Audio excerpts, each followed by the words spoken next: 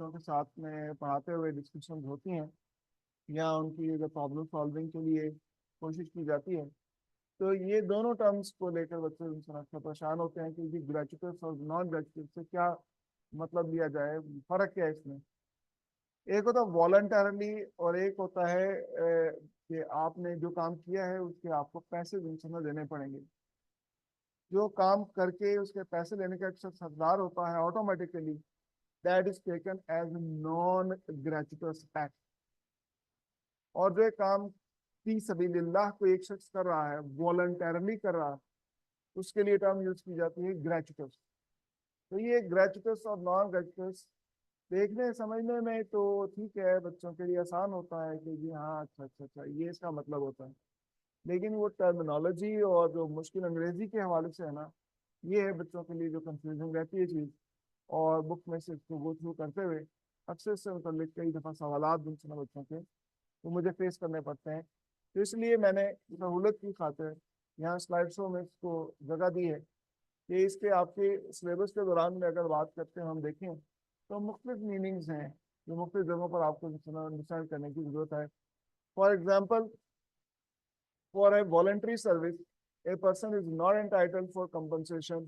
unless the beneficiary agree to pay for past voluntary action.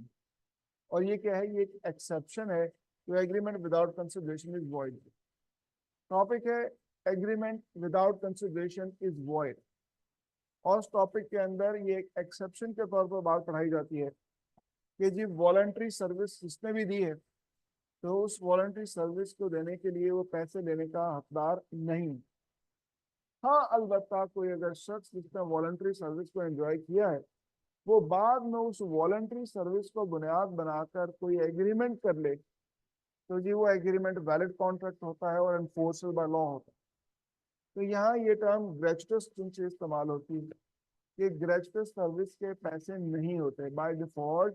कोई एक शख्स ग्रेचुटस service provide कर रहा है तो उसके वो पैसे चार्ज करने का हक नहीं रखता। ग्रेचुटस सर्विस किस तरह की हो सकती है कि देखिए जी किसी की फीस बिल्ला कोई जान बचा ली जाए, जैसा कि तो यहाँ तस्वीर में को हाईलाइट हो रहा है।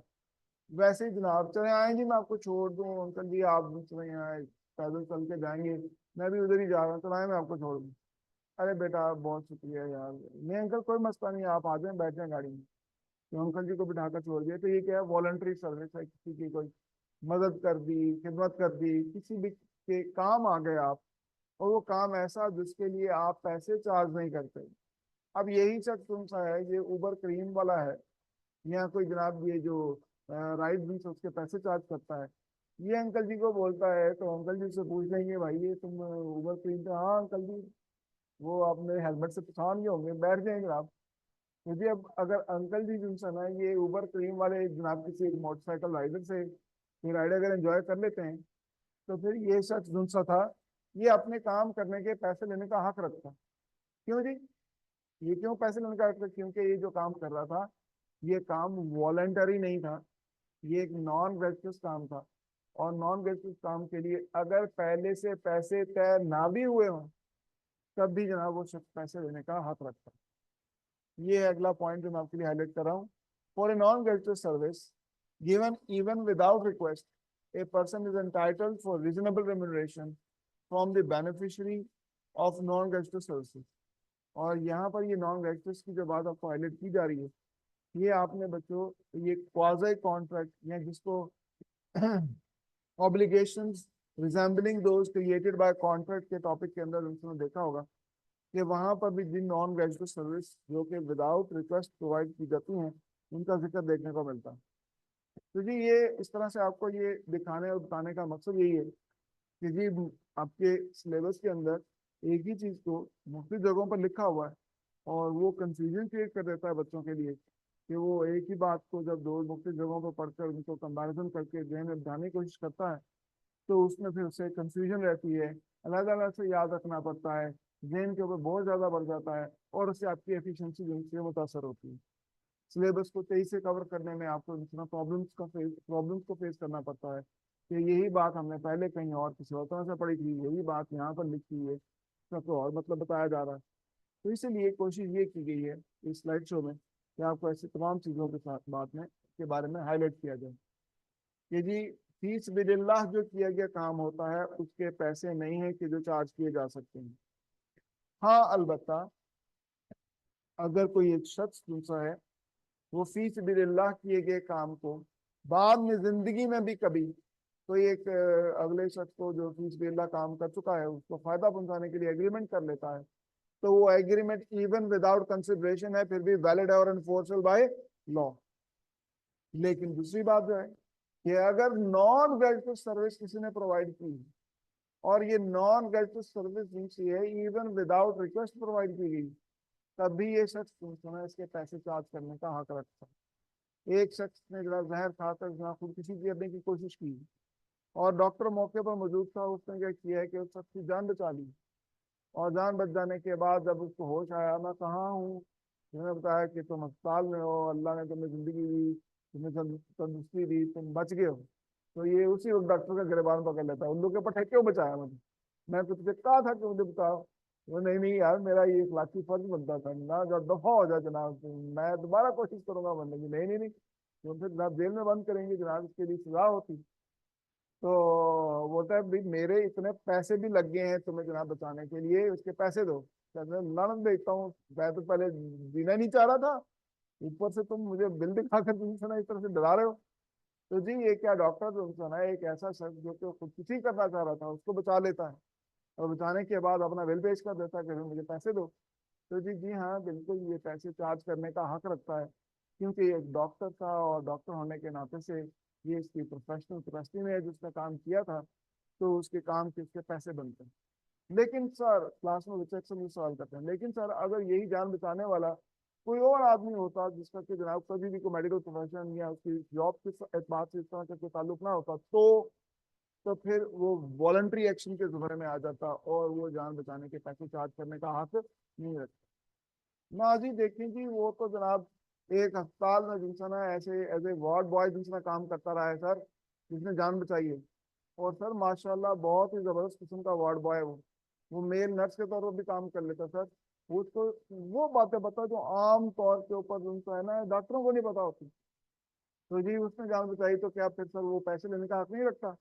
जी नहीं वो पैसे चार्ज करने का हक नहीं रखता है क्योंकि इस काम को जिसने किया है उसके लिए वो पैसे चार्ज आमतौर पर नहीं किया करता ये उसका प्रोफेशन नहीं है। वार्ड बॉय होने के नाते से या जनाब कोई एक मेल नर्स होने के नाते से जो उसका काम है तो वो डॉक्टर को असिस्ट करना होता है तो डॉक्टर बन जाना नहीं होता। तो लिहाजा वॉलंटरी और नॉन वॉलंटरी या नॉन ग्रेजुएट सर्विसेज ग्रेजुएट और नॉन ग्रेजुएट सर्विसेज के दरमियान ये एक बड़ा एक बारीक सा फर्क है जिसको कि समझना बहुत जरूरी होता है। और इससे पढ़ने में बच्चों को अक्सर कंफ्यूजन भी रहती है इसलिए मैं इसको यहाँ पर हाईलाइट किया है। एक और बड़ा इंपॉर्टेंट पॉइंट है जो क्वाजी कॉन्ट्रैक्ट के एतबार से ही है for graduate services of necessity is provided to a person who is not competent to contract the supplier can get reasonable remuneration। कि जी ग्रेजुएट सर्विसेज की अगर हम बात कर रहे हैं तो उससे मुतालिक आपको कॉन्ट्रैक्ट कॉन्ट्रैक्ट के हवाले से जो कि माइनर के टॉपिक में भी आपको ये बात पढ़ाई जाती है देखने को मिलती है कि जी ग्रेजुएट सर्विसेज जिनसी होती हैं वो अगर किसी ऐसे पर्सन को प्रोवाइड की जाए जो कम्पिटेंट टू कॉन्ट्रैक्ट और जिसके साथ ये कॉन्ट्रैक्ट हो भी रहा या प्रोवाइड की जा रही है वो खुद से भी हूँ हाँ जनाब बिल्कुल इसके लिए एग्री कर रहा है कि जी मुझे सर्विस प्रोवाइड कर दी जाए तो क्या उसके बाद से उसकी स्टेट से पैसे रिकवर किए जा सकते हैं। तो जी हाँ उससे उसकी स्टेट से पैसे रिकवर किए जा सकते हैं।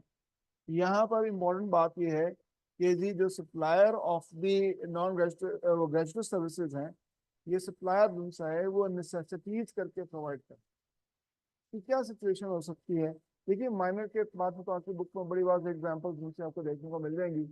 कि किसी एक माइनर को छोटे बच्चे को उसके घर पहुंचा देना उसको कोई मेडिकल सर्विसेज प्रोवाइड कर देना। तो ये क्या है कि जी माइनर जिनसे तो खुद से तो कॉम्पिटेंट टू कॉन्ट्रैक्ट था भी नहीं।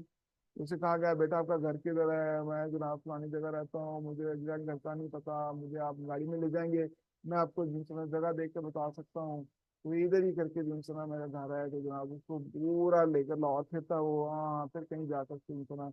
मिल जाता उसका घर जो भी उसका खर्चा आया होगा इस बच्चे को घर पहुंचाने के लिए। तो ये वो खर्चा वसूल करने का हक रखता है इसके लिए इसको कोई जो है ना बाकायदा से तो प्रोफेशनल जो सा ना राइडर होना जरूरी नहीं। ये कोई आम आदमी है जो कि सप्लाई कर रहा है अपनी सर्विसेज, और ये गैस सर्विस सप्लाई कर रहा है।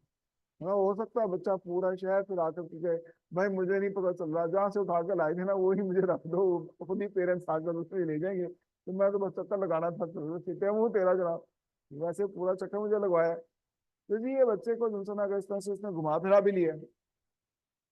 तो उसके बावजूद में भी जो है ना वो बच्चे का घर नहीं मिला, तो इसके लिए ये शख्स जो सा है ये तो अपने तौर पर उसकी मदद कर रहा था, नेसेसिटी प्रोवाइड कर रहा था, तो ये पैसे चार्ज करने का हक रखता है only from the state of that minor. इसकी और भी कोई एग्जांपल्स हो सकती हैं कि जी कोई एक शख्स जो सा है वो जनाब कोई एक बीमार आदमी है, और बीमार आदमी ऐसा है जिसमें कि वो अभी फौरी तौर पर कोई अकल समझ नहीं रख रहा, ब्लड प्रेशर लो हो गया नहीं जी किसी का, जी ठीक है जनाब, जी मैं आपको अस्पताल ले जाऊँ जी ले जाएं जी। वो जनाब किसी बुजुर्ग को अगर ये शख्स अस्पताल ले गया है, तो जी जो इस शख्स ने उनकी मदद की है एज ए ग्रेचुइटस सर्विसेज प्रोवाइड करके नेसेसिटीज के तौर पर, तो वो नेसेसिटीज के पैसे लेने का हक रखता है। तो जी ये हाईलाइट मैं कर रहा हूँ आपको बात कि जी कोई अगर एक प्रोफेशनल आदमी प्रोफेशनल सर्विसेज प्रोवाइड कर रहा है, तो प्रोफेशनल सर्विसेज के लिए पैसे चार्ज करने का हक रखता है। और अगर एक शख्स जो सा है वो नेसेसिटीज प्रोवाइड कर रहा है, चाहे वो प्रोफेशनल नहीं भी है, तो वो नेसेसिटीज के पैसे चार्ज करने का हक रखता है। ये दोनों ही काम जो है ना एक जगह डॉक्टर ने जो है ना प्रोफेशनली किए हैं, क्योंकि अपने प्रोफेशन होने के नाते से उसने किए हैं, तो वो पैसे चार्ज कर सकता है। और दूसरी जगह जो है ना एक शख्स ने किसी ऐसे शख्स के लिए खिदमत की है जो कि खुद से कॉम्पिटेंट टू कॉन्ट्रैक्ट नहीं था। हाईलाइट करना चाहता हूँ कॉम्पिटेंट टू कॉन्ट्रैक्ट से क्या मतलब होता है।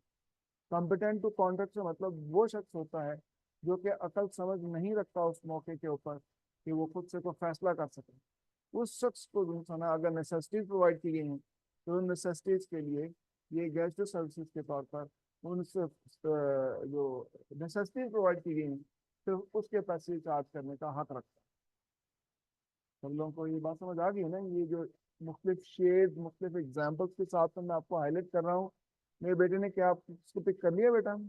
ये होगी ना ये बात आपको। अच्छा जी, अब इसके बाद एक और आखिरी पॉइंट जो सा है वो मैं आपको हाईलाइट करना चाहता हूँ, और वो है जनाब फॉरबेरेंस टू सू। ये क्या मतलब होता है इसे? जी अदालत में केस फाइल करने से रोकने का एग्रीमेंट